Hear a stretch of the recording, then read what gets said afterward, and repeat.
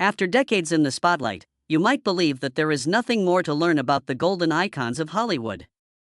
Even legendary actors like Robert Redford, who starred in timeless films like Butch Cassidy and the Sundance Kid, have secrets hidden under their well-maintained personas.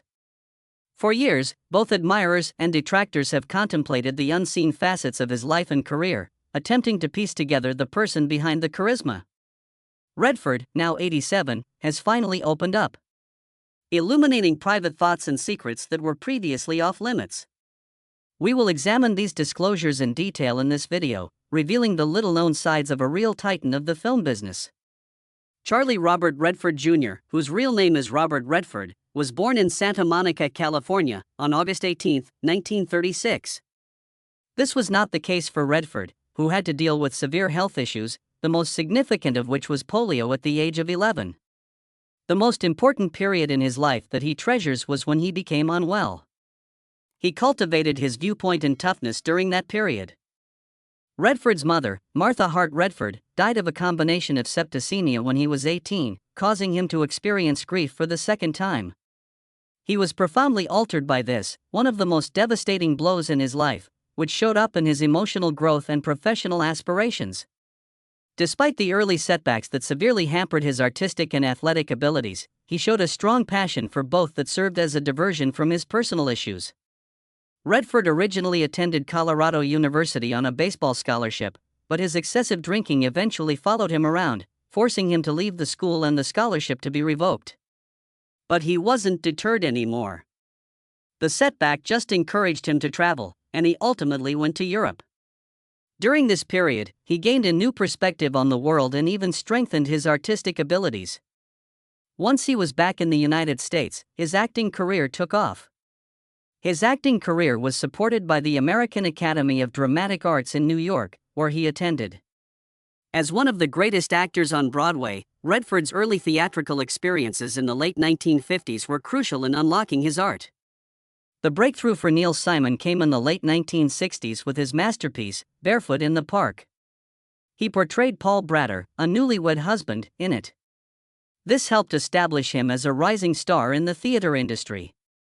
Released in 1969, Robert Redford's cult classic Butch Cassidy and the Sundance Kid was his first major hit in the movie business.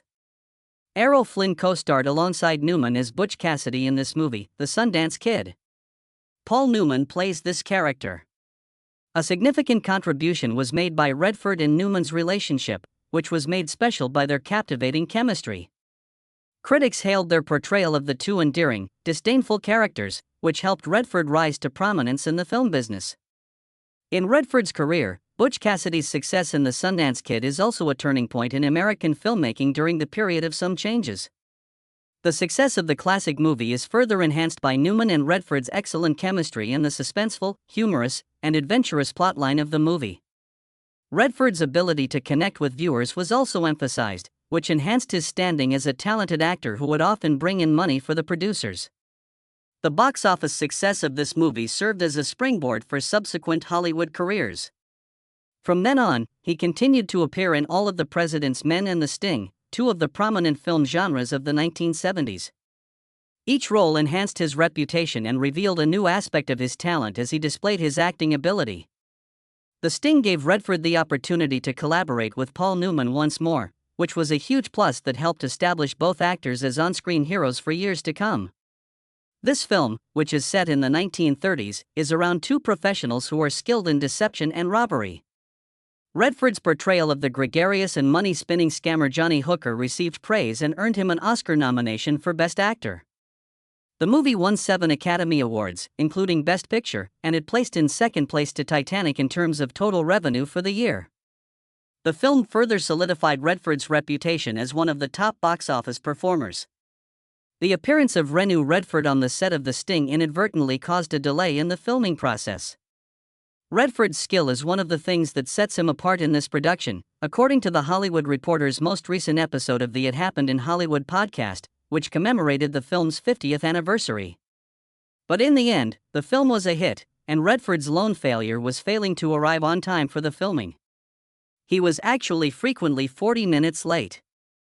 He finally got acquainted with Newman, a more disciplined co-star, when he questioned him about his professionalism. and Redford was made aware of his flaws. Redford's tardiness at work remained a secret enemy throughout his whole professional career. Redford, for instance, would arrive on the set of The Milagro Beanfield War, a 1988 movie that he directed and produced, several hours late. According to screenwriter David S. Ward, team workers would wait until the wee hours of the morning for Redford. He would never tell them about the hold-up. His professional demeanor extended to other acquaintances, such as actor Cheech Marin, who had to wait days to get an audition at Sundance. Redford produced the movie All the President's Men in addition to playing Bob Woodward.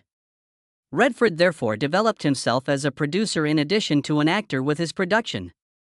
Redford played the part of Bob Woodward, the real-life journalist from the Washington Post who was involved in the Watergate investigation. This marked the pinnacle of his acting career in terms of seriousness and determination.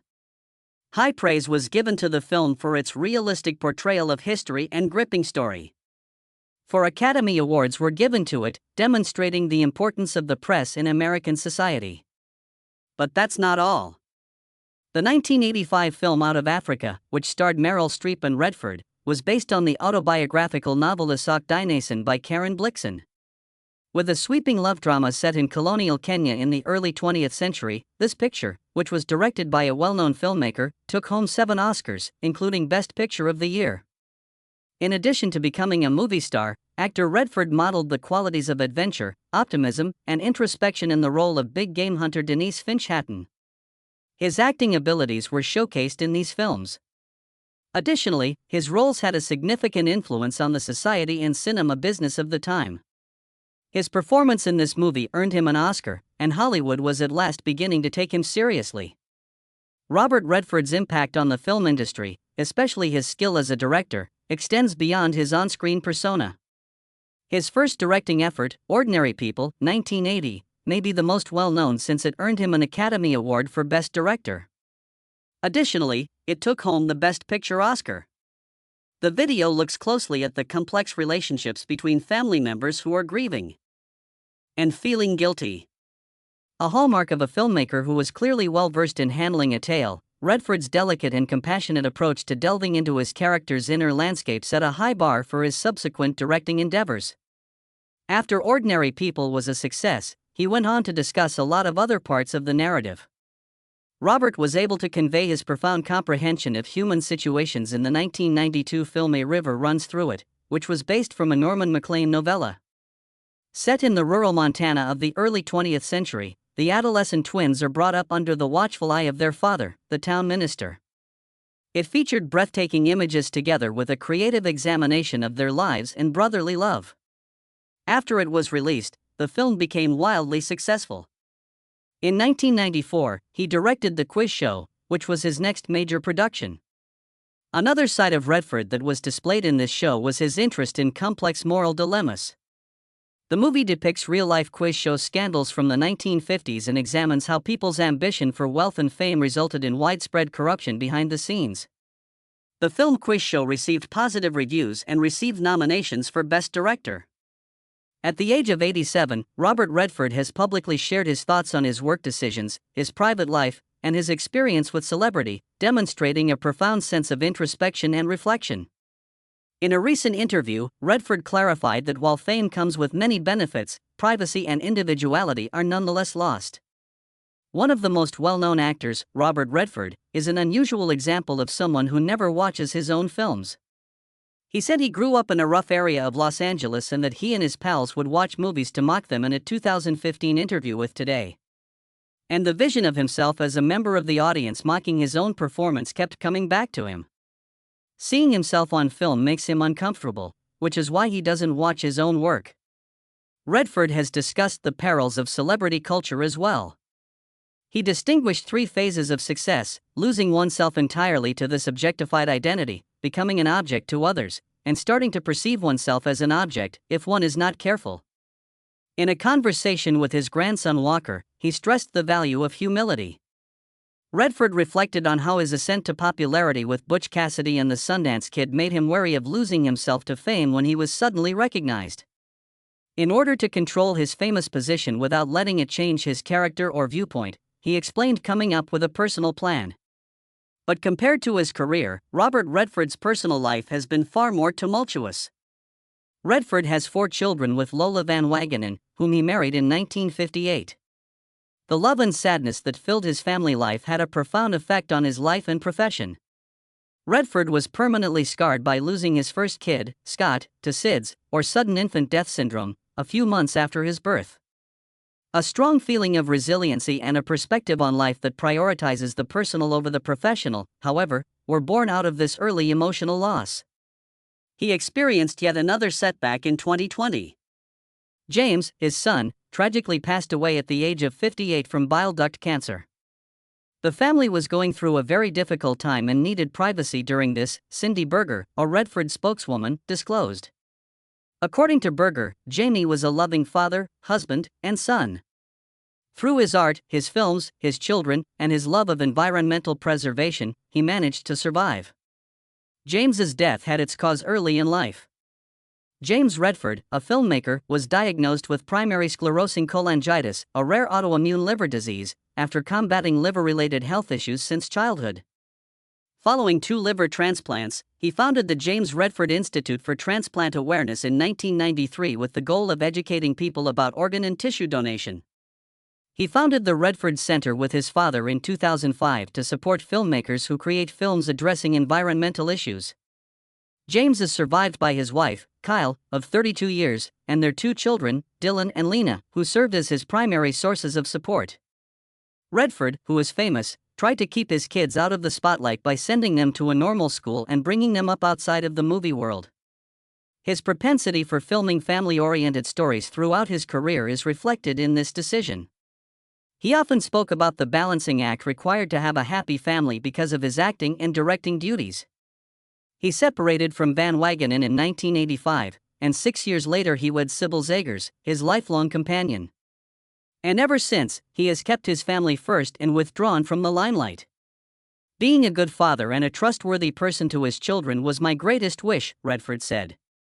There were more tragedies in Robert's life besides the passing of his sons. He also lost his uncle, whom he greatly admired, and his parents. It was quite difficult for him this time. Since his films frequently deal with themes of loss, healing, and human existence, the loss of all these people is also felt in them.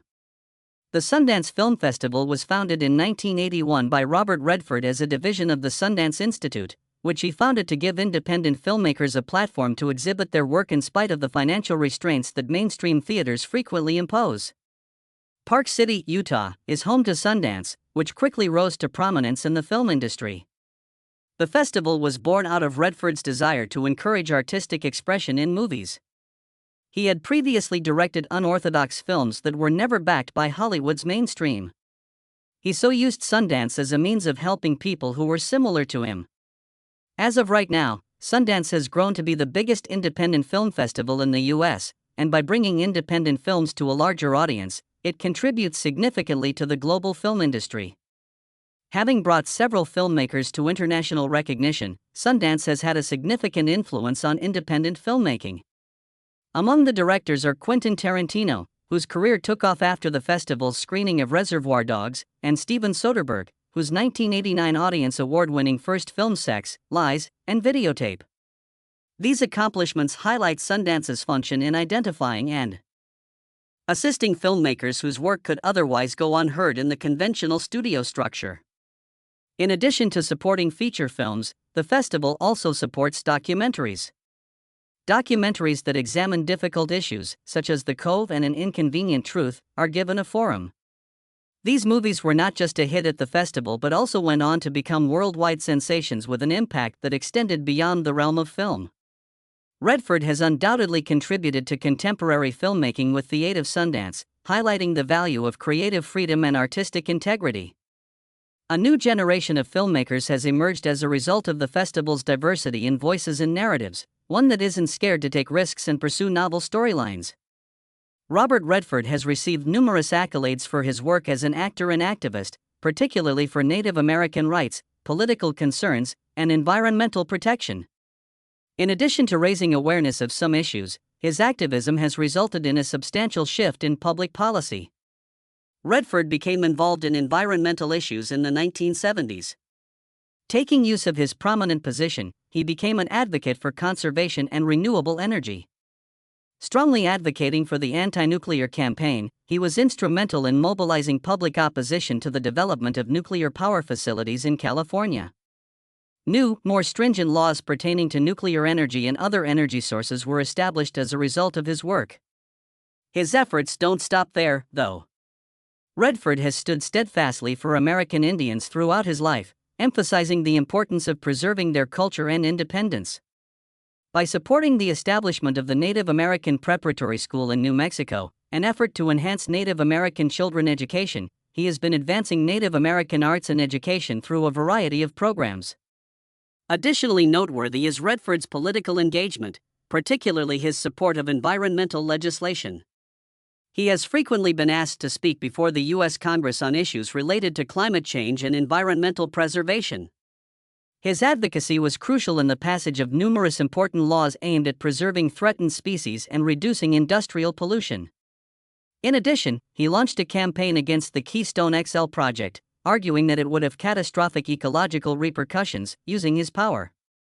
The national awareness campaign that finally resulted in the project's termination was greatly aided by his advocacy. Robert Redford has effectively utilized his position to advance responsible government, indigenous rights, and a sustainable future through his work as a documentary filmmaker, public speaker, and more active interaction with lawmakers. Not only does his unrelenting work raise awareness, but it also plays a significant role in changing public policy and practice. Robert Redford has recently discussed his activism, his illustrious Hollywood career, and the legacy he wishes to leave behind in interviews. A glimpse into the inner thoughts of a guy who has witnessed several environmental and cultural changes over the past few decades is provided by these self-analyses. Redford constantly acknowledges that his career has always been both a blessing and a curse. Being a star can be really difficult at times, he added bluntly. What is truly a privilege, however, is the chance to affect change. In addition, Redford wanted his activism to get more attention than his acting career. He highlighted Sundance's foundation and its impact on independent cinema by saying, "I want to be known as someone who kept learning and teaching and not just acting." His enthusiasm for developing up-and-coming artists and promoting avant-garde filmmaking has, in fact, ushered in a major period in the history of cinema. As he reflected on his past, Redford offered advice on how to embrace the parts that influenced his early career, saying, "Every role was a chapter in my life. In retrospect, I wouldn't alter the plot." Last but not least, Redford exuded calm and acceptance when talking about aging and dying. "Growing older has given me knowledge and the capacity to let go of things I cannot alter." This philosophical acknowledgement says a lot about his transformation from a Hollywood star to a wise voice in cultural and environmental advocacy. Although Robert Redford is still a significant player in both Hollywood and environmental advocacy, he now wants to lead a modest and low-key life. We appreciate your attention. If you're prepared for yet another amazing revelation, watch the next video that appears on your screen.